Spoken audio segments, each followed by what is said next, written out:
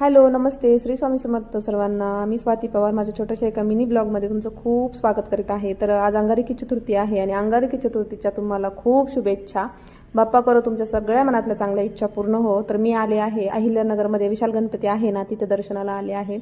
तर तुम्ही बघू शकता एवढी सगळी गर्दी आहे. पाऊण तास तर नक्कीच लागला असेल, पण जेवढा पण थकवा आहे ना तेवढा बाप्पाची मूर्ती बघितल्याच्या नंतर पूर्ण निघून गेला. आणि खूप भर उन्हामध्ये आम्ही गेलो होतो. खूप चटके बसत होते पायाला, ऊन खूप झालं होतं. तर मग बाप्पाची मूर्ती आणि बाप्पाला बघितल्याच्या नंतर आहे ना खूप मन प्रसन्न झालं आणि ॲटोमॅटिक चेहऱ्यावर एक छानशी स्माईल आली.